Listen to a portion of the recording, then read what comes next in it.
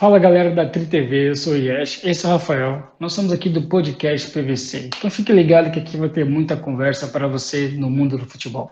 A resenha de hoje é com ele, Everton Giovanella, ele mesmo que começou no vermelho, no Colorado do Internacional de Porto Alegre, passou aqui em Portugal e se destacou no Celta de Vigo, enfrentando o Ronaldinho na época do Barcelona. Junto com ele, Lucas Giovanella, pai e filho no mesmo podcast. Então, fica ligado, podcast PVC, feito pra você. Você faz parte do Celta quando ele era gigante. Isso é uma honra saber, né? É verdade. A gente, na época, né, sabia que o clube ele vivia o seu melhor momento, né? Na verdade, se juntaram ali grandes jogadores, né? A nível técnico, uma equipe de muita qualidade técnica, né? Uhum. E eram dois por posição, mais ou menos, que tinha, né? Era muito parelho, time muito coeso, né? E eu tive a felicidade de vir do Salamanca, ter feito boas temporadas no Salamanca, e tive a felicidade de pegar esse grande momento do Celta, né? Uhum. E acabamos jogando Liga de Campeões, enfim, passamos muito tempo jogando UEFA.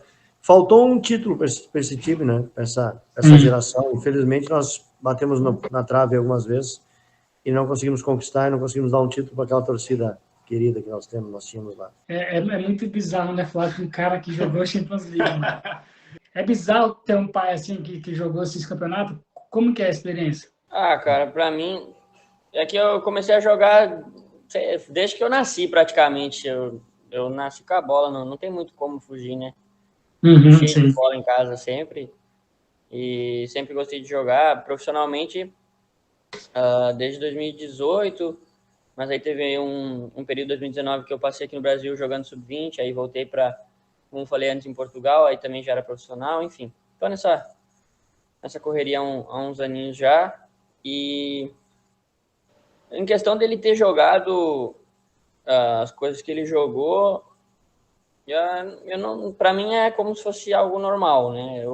Porque a gente se trata como, além de pai e filho, como melhores amigos, então a gente troca muito conselho, muitas ideias, porque ele viveu o que eu estou vivendo agora, né? Ele também teve um início de carreira onde ele ainda não tinha passado por tudo que ele passou.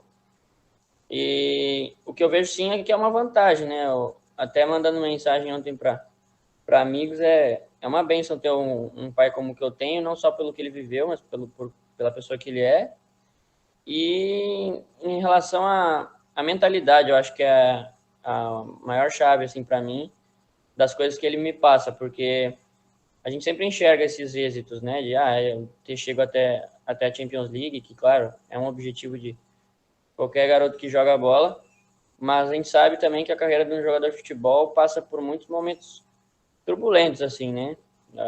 Ficar longe da família e tudo, e às vezes você joga, às vezes você não joga tanto, às vezes, enfim, o treino é bom, o treino é ruim, e eu acho que é nessas situações onde a mentalidade que ele adquiriu na carreira dele, ele consegue me passar agora já no início da minha, e isso me fortalece muito, entendeu?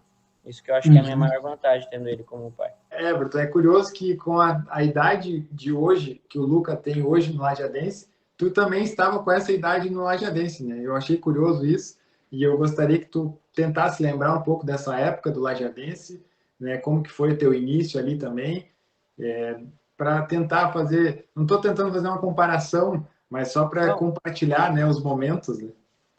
Mas parece mentira, mas eu também era filho do presidente. Meu pai era presidente do clube. Tá explicado. Mais ou menos a mesma história. Então a história se repete, né?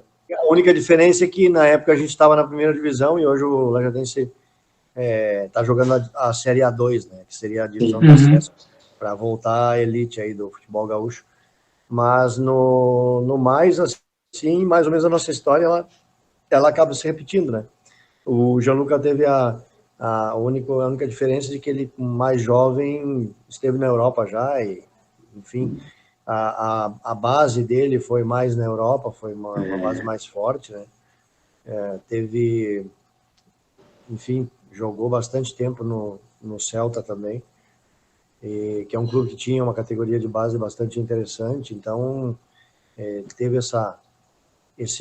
digamos, essa escola europeia, né? E isso facilita em algumas coisas para ele, com certeza facilitou, chama atenção em outras, mas também, em se tratando de Brasil, às vezes dificulta em algumas outras também, né? O entendimento do futebol, os campos de jogo são diferentes, né? Nós não temos nessa categoria que a gente está jogando, a gente tem poucos campos bons para se praticar um futebol vistoso, né? É mais um futebol aguerrido, é mais um futebol de jogo direto, então.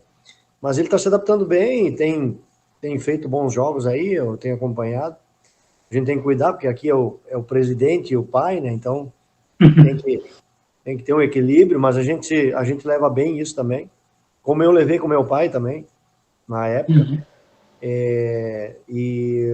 Enfim, a gente torce para que as portas se abram para ele também, porque não é fácil, né? Para ninguém, não foi fácil para ninguém. Vocês vão ver a história do Messi, é uma história, né, de um guerreiro. Cristiano Ronaldo, a mesma coisa. O Neymar vai ser a mesma coisa. Talvez ali o Kaká, né, que vem de uma família um pouco mais já estruturada a nível financeiro, que podia dar mais condições. Se acha casos assim, mas são poucos os casos, né? Geralmente são histórias de gente que lutou e batalhou muito. E o Gianluca, apesar de ter essa condição um pouco melhor em casa, ele tem essa mentalidade, né? De buscar o objetivo dele. Ele não mede esforço para treinar, não é preguiçoso, tem esse espírito de grupo que precisa ter. Então, as ferramentas ele tem, né? A qualidade técnica ele tem também. E aí depois tem que ter aquela coisinha, aquela sortezinha, o treinador te olhar com o olho, botar o olho e gostar, enfim, essa coisa toda que aí... mas eu sempre digo para ele que com o trabalho sempre alguém vai ver, né? Alguém vai enxergar. Eu, quando fui para a Europa, eu acabei indo para fazer avaliação, né? Não sabia, mas quando cheguei lá era avaliação. Tinham me dito que era contrato, cheguei lá era avaliação. Na época era assim, né? Meio no cego, né? 93. Na época eu não digo. E isso também acontece, ele estava falando, acontece ainda hoje em dia, né? Às vezes o cara vai pensando que está assinando um contrato, chega lá e não tem nada, né? Então, Exatamente. Infelizmente, continua se vivendo isso, né? E os atletas, eles têm que estar preparados para isso, né? Tem que ter essa coraça, né? Para aguentar esse tipo de situação, porque senão desiste, né? Realmente não é uma profissão fácil. Ela é fácil depois quando tu atinge a elite, mas antes disso, o compromisso é igual e às vezes a condição não é, né? Então, eles têm muito mérito, ele tem muito mérito de estar batalhando, e a gente acredita que sim, que ele vai vencer aí dentro da profissão, porque é um menino dedicado. E desse pouco tempo que tu conviveu, né, na infância, tu lembra alguma coisa assim de diferente? Eu não vejo as crianças jogando bola na rua, igual a gente vê no Brasil. Não tem. É que eu acho que é um pouco cultural, né? A gente sabe que o Brasil não é chamado país de futebol à toa, né? A gente sabe que no Brasil todo mundo nasce jogando futebol na rua.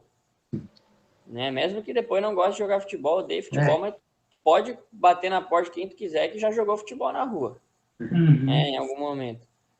E aí eu acho que é uma cultura já um pouco diferente, assim. Da minha infância, da época que eu nasci em Salamanca e tal, aí eu não tenho muito o que contar porque era pequeno, mas depois quando eu voltei, né, que com 12, 13 anos eu fui jogar na Espanha, aí sim eu vi uma diferença muito grande, porque aqui com 10, 11, eu saía na rua, e não por responsabilidade dos meus pais, mas sim por liberdade, eu acho, né? A gente saía para jogar bola nos lugares que tem aqui na cidade, voltava quando era de noite já, e eles me caçando e eles era pior ainda, né? A gente sabe que as gerações vão vindo, e que a gente falou, cada vez é mais videogame, enfim. Só que aí é o que eu notava, né? Cada um tem sua vida, cada família tem a sua vida, né? Os pais passam o dia no trabalho, as crianças passam o dia na escola, e quem faz uma atividade extra, porque para eles o futebol é uma atividade extra. No Brasil, que para crianças jovens, eu não digo que eles estejam errados, porque eles dão muita prioridade aos estudos, né? Eu, por exemplo, quando eu ia na escola aí na Europa, eu entrava 8 horas, eu acho, na escola, saía 2h30, já almoçava 3 horas da tarde, que é o costume na Espanha, né? Voltava para aula às 4h30, saía às 6h30, e a minha atividade extra era 7 horas, que era o treino. Só que, claro, eu, como brasileiro, né? O treino era o meu foco, né? Porque eu tava lá para jogar futebol, não para estudar, né? Porque é essa a nossa cultura. Para eles, isso era um absurdo, né? Os pais não permitiam que os filhos saíssem e se encontrassem na rua para brincar. Não, cada um, depois das 6h30 que passou o dia inteiro na escola, cada um ia para sua casa, fazia seu lanche e tal, sei lá, enfim, cada um faz o que quer, né, em casa. Mas eu via isso muito, cada um tem a sua vida, né? Tu tem a tua, eu tenho a minha, e a gente não se mistura muito. Aqui não, né? Aqui no Brasil, as crianças estudam das 7h30 ao meio-dia, as que vão para a escola, e depois passam o dia inteiro jogando bola, ou enfim, fazendo o que querem, mas é uma liberdade maior, e por outro lado também é por isso que, infelizmente, um país tão lindo e, né, e maravilhoso como é o nosso Brasil tem uma taxa de escolaridade tão baixa, né? Enfim, todas essas coisas. Tu comentou que veio para cá com 12, 13 anos, é isso? A primeira vez, sim. Sozinho. Nossa, aqui com... Não, eu vim com 30. Eu também. Veio com 30. A gente com 30 ficou meio assim, saudade aqui, saudade ali e tal. Como é que tu, com essa idade, lidou com a saudade? Fala aí. Cara, foi complicado, assim. É que na hora a gente não pensa muito, né? A gente quer ir jogar e como eu comentei, eu jogava no Juventude de Caxias aqui, tive próximo de ir pro Grêmio também, mas aí na época, enfim, joguei o torneio com um clube de bairro aí do meu amigo na Espanha, nós fomos passar o Natal lá, e retornando ao Brasil, eu recebo aí a notificação de que o Celta queria contar comigo para o próximo ano, na categoria infantil, que eles chamavam lá, enfim. E aí tu já começa a pensar, né? Poxa, todo jogador que está no Brasil, independente de quando, sonha em jogar na Europa, né? Ainda mais um time que é da primeira divisão do Campeonato Espanhol, e enfim. E eu botei na cabeça que queria ir. Talvez se meu pai não tivesse tido meus pais não tivessem tido a vida que eles tiveram, daqui a pouco eles não me permitiriam ir, né? Porque muito novo. Mas como era um lugar que eles conheciam a cidade também, e sabiam que era meu sonho, que era o que eu queria para a minha vida, eles me autorizaram aí e eu nem pensei. Fui, né? Claro que chegando lá, é porque a gente imagina só na hora que tá treinando, na hora dos jogos, como é que vai ser, pô, vou jogar contra os times de lá, né? Vou treinar lá, campo bom e tal.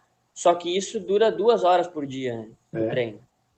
E o jogo, 1h45.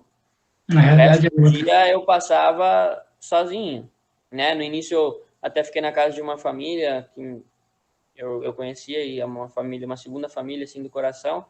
Eles estavam atravessando uma fase complicada, foi bem na época da crise, né? A Espanha teve uma crise muito forte, então as pessoas não estavam muito estabilizadas, então até foi meio complicado no início. Aí o clube conseguiu um apartamento para eu morar, acabei morando sozinho mesmo, né? Com 13, 14 anos eu estava morando completamente sozinho no apartamento. O meu pai e minha mãe iam sempre que podiam, assim, né? Graças a Deus a gente tinha como fazer isso, mas eu ficava 5, 6 meses sozinho, daí vinha pro Brasil. E, cara, às vezes eu treinando e beleza, aí daqui a pouco acabava o treino, já no campo mesmo, já pensava, meu Deus, agora eu tenho que ir pra casa, tô sozinho. Aí eu tinha que chegar em casa, lavar roupa, fazer a comida, aí comer sozinho, lavar a louça, tirar a roupa, botar para secar, porque no dia seguinte eu precisava usar de novo para treinar, que isso é uma coisa também, que eu acho que é da cultura, que eles te ensinam a tu ser responsável, porque, poxa, um time como o Celta, né, ele poderia muito bem lavar as roupas de todos os meninos da categoria de base, mas eles só lavam as roupas a partir do time B. Do juvenil para baixo, eles te entregam um kit de roupas no início da temporada e, meu filho, se vira. Claro, para mim era mais... Eu morava sozinho, então era mais complicado. A maioria dos meninos tinha os pais que faziam.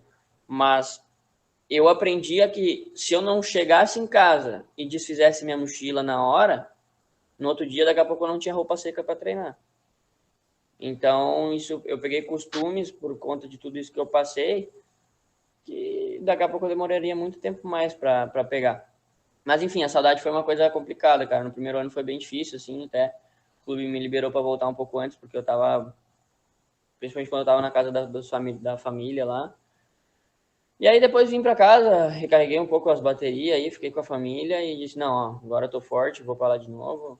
E voltei, depois fiquei mais 2 anos e meio no Celta, e aí minha carreira foi seguindo os caminhos.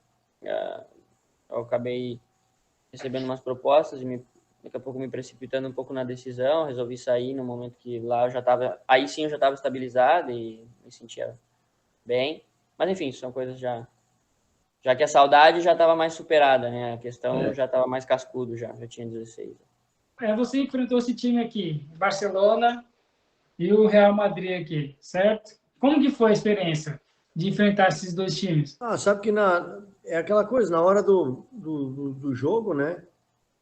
A gente encara como, claro, um grande adversário, né? Querendo tomar uma tunda. Tomar uma tunda. Não, o Yesh não é do Sul, mas ele já aprendeu essa palavra. Principalmente quando eu estava no Salamanca ainda, né? E ainda a gente fez umas proezas lá no Salamanca, principalmente contra o Barcelona. Mas, lógico, eram os grandes clubes, né? Então, grandes jogadores, dificuldade enorme de jogar contra eles. Ao mesmo tempo, aquele privilégio, né? A sensação de, poxa, conseguir estar aqui e jogar esse jogo contra essa gente, contra esses craques, campo lotado, né? E ainda por cima se ganha, então é a glória, né? Então, realmente é um... Aí é quando tu diz assim, pô, realizei o meu sonho, enfim, realizei o meu desejo a nível profissional, que era jogar contra os melhores, né? Sim. Ou com os melhores, né? Também. É isso que o meu sentimento era esse, contra a Milan, contra a Juventus, contra essas equipes todas que eu joguei. Olha que cara, tá ligado? Fala como se fosse normal. O sentimento é esse, né? O sentimento é de realização profissional, né? Principalmente isso, agradecer sempre a Deus. Eu me lembro que eu agradeci a Deus sempre por estar naquele momento, naquele lugar, né? E, na verdade, o nível de concentração que a gente tenta manter é tão grande que a gente acaba um pouco se abstraindo do ambiente em si, né? Eu sempre tive não sei se era bom ou ruim de todo, mas enfim, eu sempre conseguia ter uma capacidade de concentração grande a ponto de não sentir o jogo e a pressão da torcida, enfim, aquela coisa toda. Eu conseguia me desenvolver assim num nível emocional equilibrado. Então, isso me ajudou bastante a ter um rendimento sempre, não de 10, mas também não de 4, um 6, 7. Então, isso me manteve bastante tempo na elite também. Eu vou comentar aqui, ó, vou até virar a câmera para o pessoal que está nos acompanhando entender aqui, ó, do que o Everton está falando aqui, ó. Só para vocês entenderem do que ele está falando. No tempo que o Salamanca ia na casa do Barcelona e tocava 4, tá? Só para vocês entenderem. Jogo histórico, né? Foi um jogo histórico. Né? Depois com o Salamanca também nós ganhamos do Barcelona em casa 4-3. Ganhamos do Atlético de Madrid 5-4. Só o jogo apertado, hein? Ganhamos do Valência 6-0. Meu Deus! Viu? Eram jogos que saíam, né? Aqueles jogos que dava tudo certo. Né? Também perdemos. Vai achar aí que perdeu 5, tomou 4, enfim. Não, mas esses a gente não precisa lembrar.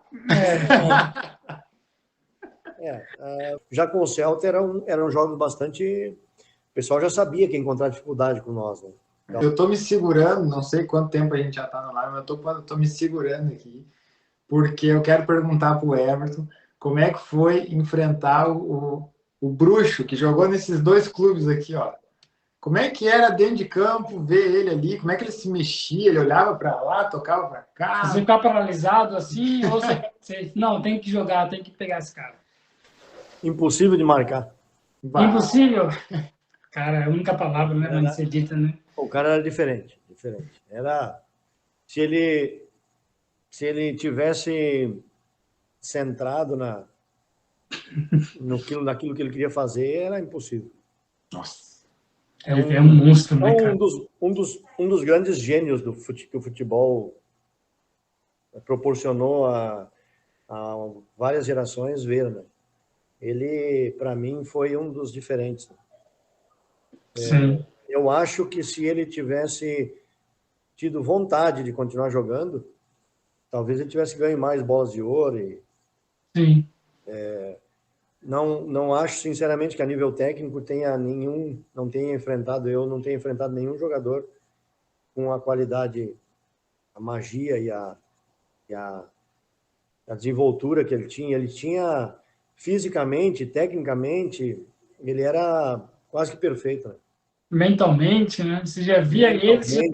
Mentalmente, ele tinha todas as valências necessárias, né, para ser um monstro, né? Que foi, né? Zidane foi espetacular também, mas não era... tecnicamente era um pouco mais...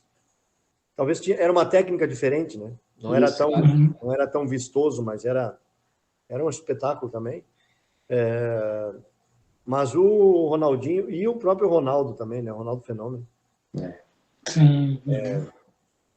Caras assim que eu acho que vai ser de Rivaldo. Caras que vai ser difícil de, na mesma geração, né? No mesmo momento, ter tantos atletas com essa qualidade infinita, né? Tantas opções de bola de ouro, né? Tanto é que nós passamos aí anos com Messi e Cristiano, Messi, Cristiano, né? Boa. Não parecia. De vez em quando entrava um pelo meio, mas só para dizer que estava lá, né?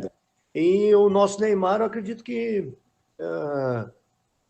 talvez porque se perdeu aí algumas coisas, não tenha sido ainda bola de ouro, né? Porque a qualidade ele tem, tem tudo, né? Um craque, né? Um fenômeno também. Mas que eu acredito que se ele tivesse ficado no Barcelona, ele teria sido. PES ou FIFA? Cara, se eu te falar que nem nós estávamos falando antes, eu não sou da geração, eu sou da geração, mas eu não sou da geração de PlayStation, nada. Para mim é futebol, é na rua. Para não mentir, eu tive um PlayStation e vendi em 2015 porque eu queria viajar com meus amigos e não queria pegar dinheiro dos meus pais. Vendi o PlayStation. Caraca! Eu vim de férias para o Brasil. Eu estava no Celta na época, eu vim de férias para o Brasil. Cheguei aqui, eu tinha 3 semanas para ficar aqui, um mês, eu acho. Cheguei, em 2 dias, meus amigos, nós vamos todo mundo lá para Bahia, não lembro. E eu, cara, Porto Seguro, Bahia. Daí, eu falei, não, vou ir.